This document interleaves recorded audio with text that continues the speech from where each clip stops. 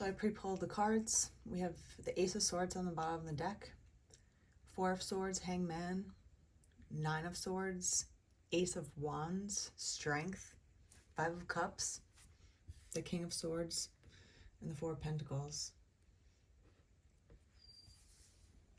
What I get from this mix is that there's someone here that is very intelligent. The King of Swords is a very intelligent man. It could be an air sign, but it could just mean that this person does have a very smart way of looking and thinking about things. But everyone can get hung up and disappointed, Five of Cups, with people, right? There is some sort of thing here where this person has to rest, the Four of Swords. And we have the two fours, the Four of Swords and the Four of Pentacles. It's all about stability with fours, right? Going back to your roots, being centered and grounded, sometimes people can say. When you're grounded, you firmly plant your feet, every single toe, every single part of your foot into the ground.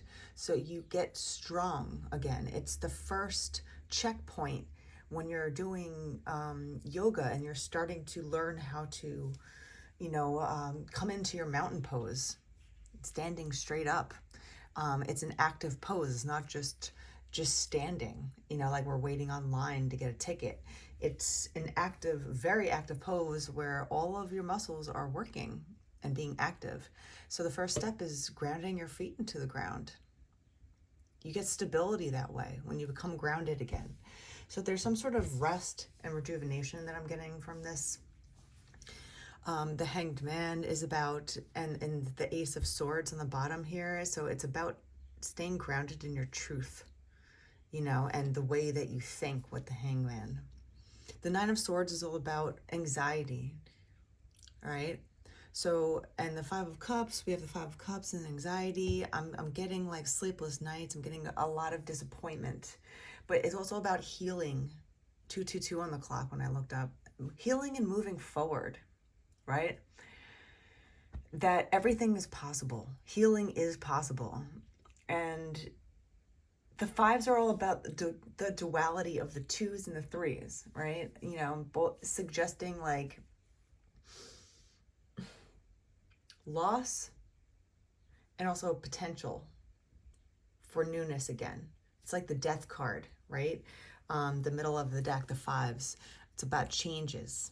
So even though this person might be having like a Nine of Swords, like anxiety-inducing insomnia,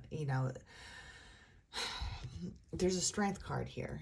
And the Strength and the Four of Pentacles, is giving me that this person has gone through a lot of disappointment lately.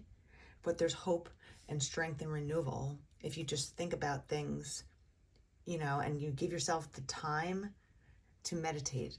Now, it's not about like sitting cross-legged on the top of a mountain with like a long beard about meditating. It's about just turning off your active thinking and sitting and resting. You could also do this, you could also meditate while moving. A lot of people like go for a jog, and listen to music. That's actually kind of a moving meditation.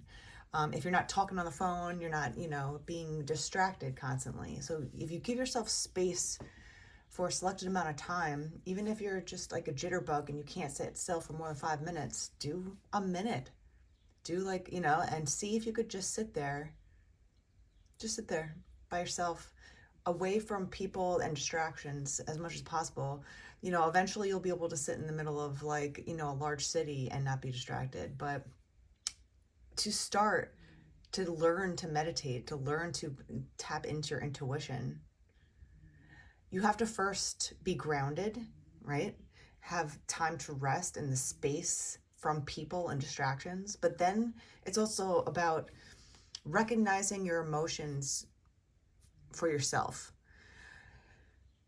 If you're not used to being able to recognize the emotions that are coming up and you're just acting in them and you're not really seeing yourself from the outside point of view in, you have to be a doctor to yourself and start to investigate the emotions that are being shown to you. Because, if you're truthful with yourself, and you actually are, Like you just got to be truthful with yourself, you know. That's how you heal, you know. But if there's anger here, right, and it's festering and festering, you can be the hangman in a bad way. You can hang yourself. Anger is a poison that you drink, expecting an outcome outside of yourself. You know, anger is disappointment, you know, enraged. Anger is loss, sadness, enraged, right? So this is giving me that it's like an invitation to grieve and accept what is. And that brings up a lot of different emotions in a lot of people, because anger is one of them. And a lot of people think anger is bad, right? It's how we express our anger, which can become bad with certain people, right? But how does it affect your mind? Do you become sidetracked? Are you constantly focusing on your anger instead of like driving a car or walking down the street or even drinking water? You know, because you're focused on something that's distracting, and you're the one that's suffering more, not anything else around you. That's the tricky thing about anger, right? So, but if you start to meditate on the source of your anger and just be honest, you know, and you figure out where it's coming from, like you could figure out where you feel stuck in life, where you feel you're limited in some way in your life that's making you upset, right? Or there's some sort of remorse and grief that you have to go through if there is a huge loss in your life in any kind of way, right? But a lot of people say that, you know, anger is bad, but there's strength in processing your anger a healthy way, because you are the person behind the computer.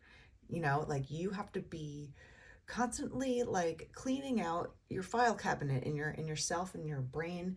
Memory is stored all in our bodies, so you have to be the one that's actively doing this and processing yourself, you know, defragging your brain every now and then, or you know, defragging your body by moving it, having some sort of exercise or stretching routine, you know, something that just moves your body in any kind of way. But anger is here to teach us about its, you know, there's something that it's trying to tell you. Like when you start to recognize your emotions, emotions are messages. They're messages. So if you start to look at all different types of emotions in that way, it's like, what message is this giving me right now? Because it's a gift to have our emotions. A lot of people say like, oh, suppress everything. So no. You can't suppress what your body is trying to expel and actually give you. You know, it's trying to give you something kind of like help, basically.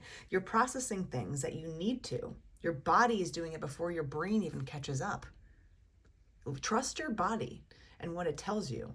That's the first step of intuition, is just processing your own emotions. Once you can feel like you can actually be the witness to yourself, right? We're not our emotions, we're the witness to our emotions.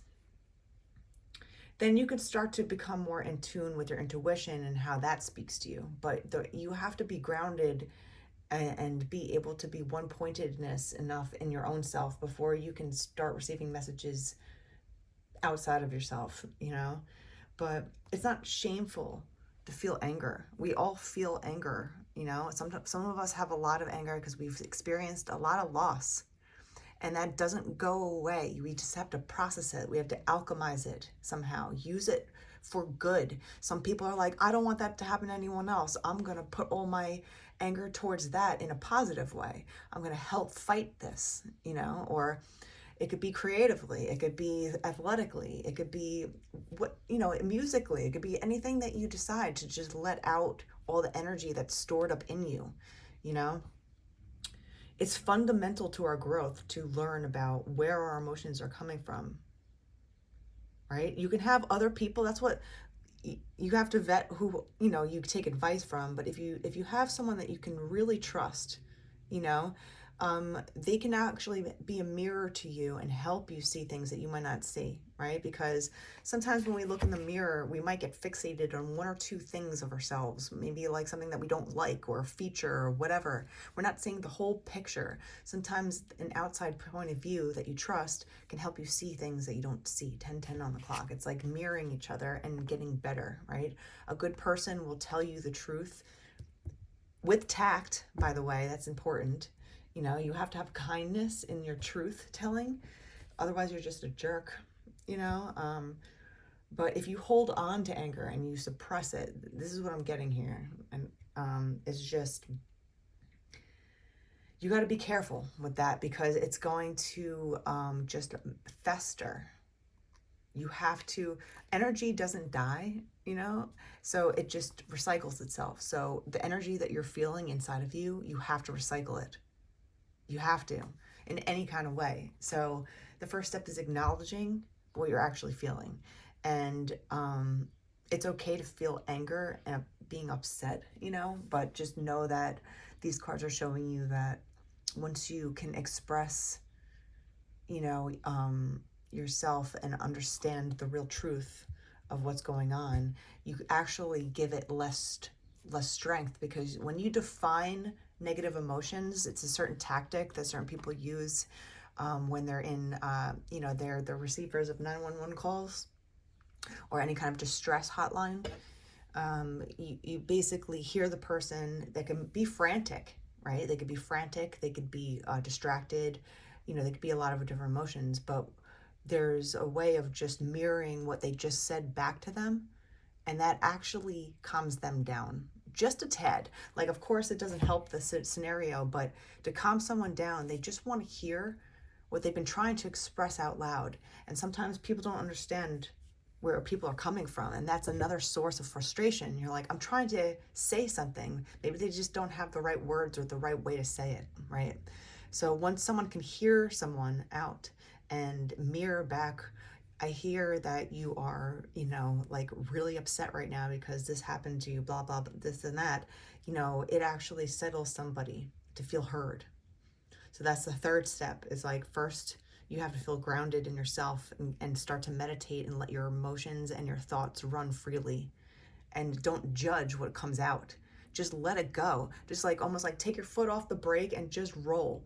And it, you know, put a time on it if you're scared. You know, there's nothing to be scared about. Is scared about the truth? That just shows you right there that you're hiding the truth then. You know, like, what are you scared about? You know, a lot of people get scared to be alone with their own thoughts. Like, it's the most beautiful, most free place you could be. And that's how you grow. That's how you heal. That's how you get rid of all this shit. You have the strength to alchemize, right? Strength is about, you know, positive and negative forces, you know, feminine, masculine, you know, it's the duality of both.